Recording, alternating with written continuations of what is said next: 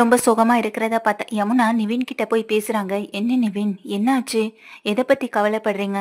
காவேரி அக்காவை பத்தி அப்படின்னு சொல்ல வரும்போதும், போதும் யமுனா, காவேரியை பத்தி என்கிட்ட பேசி திரும்ப நமக்குள்ள இந்த பிரச்சனை வேண்டாம் அப்படின்னு சொல்றாங்க. நான் தப்பா எதுவும் சொல்ல வரல நிவின், நான் ஒரு விஷயம் சொல்லட்டுமா அப்படின்னு கேக்குறாங்க. இல்ல, அக்காவும் இங்க விஜய் மாமாவும் சேர்ந்துதான் எனக்கும் உங்களுக்கும் கல்யாணத்தையும் பண்ணி வச்சாங்க. இப்போ அக்காவோட வாழ்க்கை இப்படி இருக்கிறத நினைச்சு எனக்கு ரொம்ப கஷ்டமா இருக்கு. அக்காவும் கஷ்டப்பட்டுட்டே இருக்கா. ரொம்ப அழுகுறா. வீட்ல இருக்க எல்லாருமே அத நெனச்சு வருத்தப்படுறாங்க. பேசாம எதுக்கு நம்மளே காவேரி அக்காவுக்கு நல்ல மாப்பிள்ளைய பார்த்து கல்யாணம் பண்ணி வைக்க கூடாதுன்னு இங்க யமுனா கேட்க, இத கேட்ட நிவின் கோவப்பட்டு யமுனா கிட்ட சொல்றாங்க. எந்த நிலைமையில என்ன பேசுற யமுனா? இந்த நிலைமையில போய் காவேரிக்கு கல்யாணத்த பத்தி பேசிக்கிட்டு இருக்க? அப்படியே போய் நம்ம பேசினாலும் காவேரி அத ஏத்துப்பாளா? கொஞ்சமாவது யோசிச்சு தான் பேசுறியா? அப்படின்னு கேக்குறாங்க. நான் நல்லா யோசிச்சு தான் பேசுறேன். காவேரி அக்கா இன்னும் எத்தன நாளைக்கு இப்படியே இருக்க முடியும்? அதுவும் இல்லாம வீட்டை காலி பண்ணிட்டு அங்கிருந்து கிளம்பணுன்ற ஒரு முடிவோட இருக்காங்க.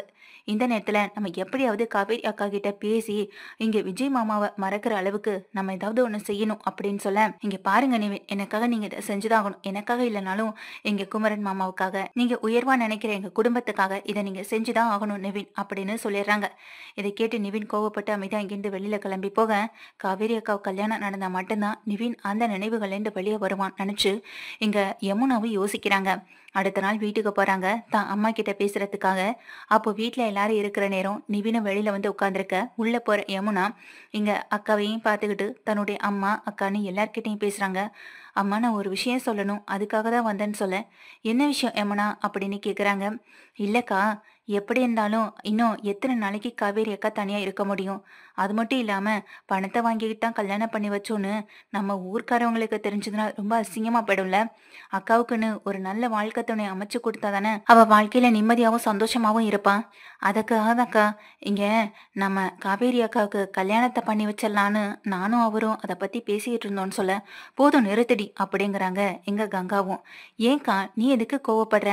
இங்க காவேரி அக்காவு கல்யாணம் ஆனா சந்தோஷப்பட மாட்டியான்னு சொல்லி கேட்க, காவேரி இதை கேட்டு இன்னும் ஓன் அழுக பக்கத்துல போய் உட்கார ஏமனா, அக்கா இது கொஞ்சம் கஷ்டமா தான்க்கா இருக்கும், எனக்கும் புரியுது. இங்க விஜய் மாமாவை மறக்கிறது உனக்கு கஷ்டம்தான். ஆனா நீங்க உண்மையிலே காதலிச்சு கல்யாணம் பண்ணலையே, அக்ரிமெண்ட் சைன் பண்ணி தானே கல்யாணம் பண்ணீங்க.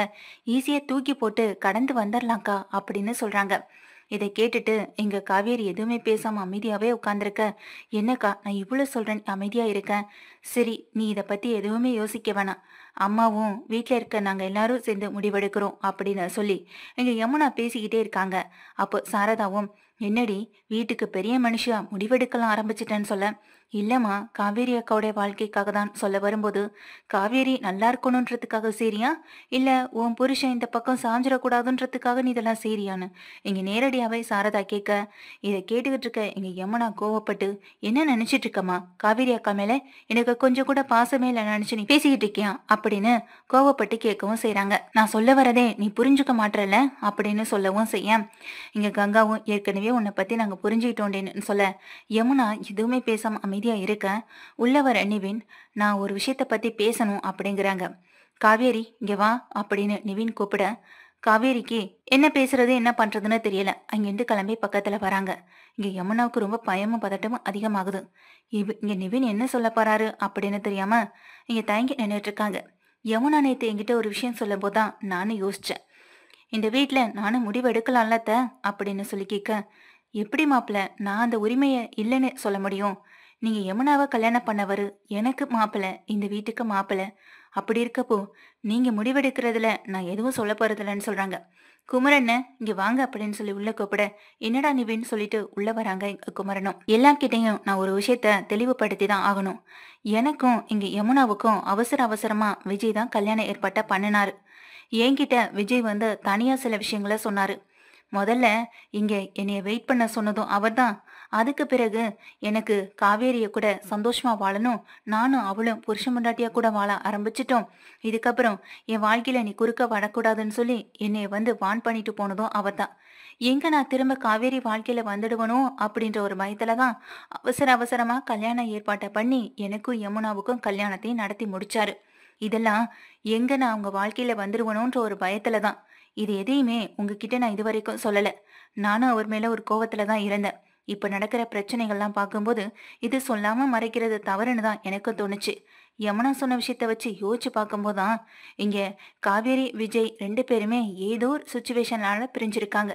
2 பேரும் கொஞ்ச நேரம் மனசு விட்டு தனியா பேசினாங்க அப்படின்னாலே எல்லா பிரச்சனையும் சரியாயிடும். அக்ரிமெண்ட் போட்டாங்கன்னு அதையே காரணம் காட்டி அவங்க வாழ்க்கையில நம்ம எதையுமே பண்ணாம விட்டுட்டோமோன்ற ஒரு பயம் இப்போ எனக்குள்ள வருது அப்படின்னு சொல்றாங்க.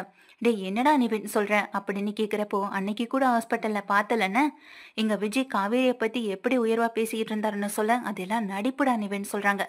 அது எப்படி நான் நடிப்புன்னு சொல்ல முடியும்? என் வாழ்க்கை எப்படி ஆனாலும் பரவாயில்ல. ஆனாலும் இங்க யமுனாவுக்கு நம்ம கல்யாணத்தை பண்ணி வச்சுட்டோம்னா இங்க நிவினால ஒரு தொந்தரவு இல்லாம போயிடும்னு நினைச்சு அப்படிப்பட்ட செஞ்ச ஆளு எப்படி இப்ப காவேரி ஈஸியா விட்டுடுவான்னு நீ நினைக்கிற? இப்ப வரைக்கும் அவர் காவேரி மேல வச்சிருக்க அன்பு நடிப்பு இல்லைன்னு தான் எனக்கு தோணுது. இந்த வீட்டு மருமகனா நான் ஒரு முடிவெடுத்திருக்கேன். காவேரி விஜய் கூட சேர்ந்து வாழ்றதுதான் நல்லது. விஜய்க்கும் காவேரியை பிடிச்சு போய் தான் வாழ்ந்துட்டு இருக்காரு. தேவையில்லாம அவங்க 2 பேருடைய வாழ்க்கையில நீங்க எல்லாரும் சேர்ந்து விளையாடுறீங்களோன்னு தான் எனக்கு தோணுது.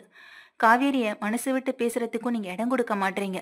விஜய் நேர்ல வந்து பேசினாலும் அவரையும் விரட்டி அடிக்கிறீங்க. இது எல்லாமே உங்க பொண்ணோட வாழ்க்கைய நீங்களே கெடுக்கிறதுக்கு சமம்தான். இப்ப சொல்றேன் அத்த. ஆரம்பத்துல எங்க விஜய், எங்க குமரன், எங்க கங்கா 2 பேருமே பிடிக்காம கல்யாணம் பண்ணி இப்ப சந்தோஷமா வாழ்றாங்க. எனக்குமே இங்க யமுனாவை பிடிக்காம தான் கல்யாணம் பண்ணி வாழ்ந்துகிட்டு இருக்கேன். எங்க வாழ்க்கை எப்போ எப்படி மாறும்னு எங்களுக்கே தெரியாது. ஆனா ஆரம்பத்துல பிடிக்காம கல்யாணம் பண்ணிக்கிட்ட எங்க காவேரி ஏதோ சுச்சுவேஷன்னால போய் விழுந்த காவேரி இப்போ விஜய் கூட சந்தோஷமா வாழணும்னு ஆசைப்படுறாங்க. அவங்கள அவங்க கூட சேர்த்து வச்சிருங்க அத்தை. அதுதான் நல்லதும் கூட. எங்க 2 பேருக்கும் கல்யாணம் பண்ணி வச்சு அவங்களுக்கு நாங்க செய்யற ஒரு கடமையா நாங்க இதை நினைச்சுக்கிறோன்னு எங்க நிவின் சொல்றாங்க. என்ன நிவின் பேசுறீங்கன்னு எங்க யமுனா பார்க்க, உனக்கு கூட நன்றி இல்லாம போயிடுச்சுல யமுனா. உன் வாழ்க்கைக்காக உன் அக்காவும் மாமாவும் எவ்வளவு கஷ்டப்பட்டு ஒரு ரிஸ்க் எடுத்தாங்க. இப்போ அந்த ரிஸ்க் எல்லாம் எதுவுமே இல்லைன்ற மாதிரி பேசிக்கிட்டு இருக்க. நீ கொஞ்சம் யோசிச்சு பார்த்தாலே உனக்கே புரியும். உன் அக்கா மேல அங்க விஜய் மாமா எவ்வளவு அன்பு வச்சிருக்காருன்னு. அன்னைக்கு கூட என்ன காதலிக்கிறேன்னு அவர்கிட்ட தானே சொன்னேன். அவர் அந்த முயற்சியை எடுத்தது கூட என்னை இங்க வந்து உனக்கு கல்யாணம் பண்ணி வைக்கணுன்றதுக்காக தானே. எதையுமே புரியாம இப்ப நீ பாட்டுக்கும் விருப்பத்துக்கு பேசிக்கிட்டு இருக்கே யமுனா அப்படின்னு சொல்லி இங்க யமுனாவை நிவின் திட்டமும் செய்றாங்க. இங்க பாருங்க அத்தை, நீங்க எடுக்கிற முடிவு தவறு. நீங்க நடந்துக்கிற விதமும் தவறு. இது நாள் வரைக்கும் எல்லார் மேலேயும் இந்த அன்பு பாசம் எல்லாம் சரிதான். ஆனா அதே அன்பு பாசம் இப்போ உங்க கண்ணை மறைச்சு தவறான வழியில கூட்டிட்டு போகுதுன்னா அதை எடுத்து சொல்றதுல எனக்கு எந்த தயக்கமும் இல்லை. இந்த வீட்டுக்கு மருமகனா இல்ல உங்களுக்கு ஒரு மகனா இருந்த நான் அதை சொல்றேன். இங்க காவேரிய விஜய் கூட சேர்த்து வச்சிருங்க. புருஷன் பொண்டாட்டியா வாழ ஆரம்பிச்ச அவங்களுக்கு நீங்க ஒரு வாழ்க்கையில தடையா இருக்கக்கூடாதுன்னு தான் நானும் நினைக்கிறேன் அப்படின்னு சொல்றாங்க. இதை கேட்டு எங்க சாரதாவும் அதிர்ந்து போய் நிக்கிறாங்க. அங்க இருக்க கங்காவும் அப்பதான் உண்மையை உணர்றாங்க. குமரனுக்கு பேச்சே வரல. யமுனாவும் எங்க நிவினை ஆச்சரியத்தோட பாக்குறாங்க. எங்க காவேரி அக்காவுடைய வாழ்க்கையை சரி பண்ணணும்னு நிவின் எடுக்கிற முயற்சியை நினைச்சு ஒரு பக்கம் பெருமைப்படவும் செய்றாங்க. நிவினை பார்த்து கையெடுத்து கும்பிட்டு நிக்கிற காவேரியை பார்த்து, எங்க கண் கலங்காத காவேரி, உனக்காக நாங்க எல்லாருமே இருக்கோன்ற மாதிரி நிவின் தன்னுடைய பார்வையால சொல்லவும் செய்ய, இதை கேட்டு காவேரி மனசளவுல நிம்மதி சந்தோஷப்பட்டாலும் விஜயை போய் பார்க்கணுன்ற ஒரு ஆவல் மட்டும் அவங்களுக்கு வந்துட்டே இருக்கு. தயவு செஞ்சு காவேரியை விடுங்கத்த, அவ வீட்டுக்கு போகட்டுன்னு சொல்லும்போது, இங்க காவேரி நீ கிளம்பு அப்படின்னு நிவின் வந்து காவேரி கிட்ட சொல்லவும் செய்றாங்க. காவேரி கிட்ட சொன்னதும் காவேரி அங்கிருந்து கிளம்புறாங்க. கிளம்பி வேகமா போகும்போது தன்னுடைய அம்மாவை பார்க்க, நீ போ காவேரி அப்படின்னு திரும்பவும் நிவின் சொல்ல, அங்கிருந்து அவசரமா அங்கிருந்து அந்த வீட்டை விட்டு கிளம்பி ஓடுறாங்க காவேரி. நேரா வீட்டுக்கு போறாங்க காவேரி. அங்க மேல மாடியில தனியா உட்கார்ந்து அழுதுகிட்டு இருக்காங்க விஜய். அங்க போய் நிக்கிற காவேரியை பார்த்து இன்னும் அழுகுறாங்க. திரும்ப திரும்ப என் கண்ணு முன்னாடி பிரம்மையாவே வந்துட்டு போறிய காவேரி. எப்ப நீ என் கூட வந்து ஒன்னா சேர்ந்து வாழ போற? உன்னை விட்டு என்னால இருக்க முடியலம்மா. என்னால சந்தோஷமே இருக்க முடியல. ஒவ்வொரு நாளும் அந்த வீட்டை பார்த்துட்டே இருக்கேன். நீ எப்ப திரும்ப வருவன்னு சொல்லி எங்க காவேரி நிக்கிறாங்க. காவேரி கிட்ட தான் பேசிக்கிட்டு இருக்காங்க. பக்கத்துல நெருங்கி வர காவேரி டக்குன்னு விஜய கட்டி பிடிக்க, அப்பதான் விஜய் உணர்றாங்க இது பொய்யில்ல உண்மைன்றது. காவேரி, நீ எப்படிம்மா இங்க வந்தன்னு சொல்லி காவேரியோ தோளை தொட்டு பேசுறாங்க விஜய். நான் திரும்ப வந்துட்டேன் விஜய், திரும்ப வந்துட்டேன். உங்களை விட்டு நான் இனி எங்கேயும் போக மாட்டேன். நீங்க அழுகாதீங்க, அழுகக்கூடாது அப்படின்னு சொல்லி கண்ணை தொடச்சு வர்றாங்க.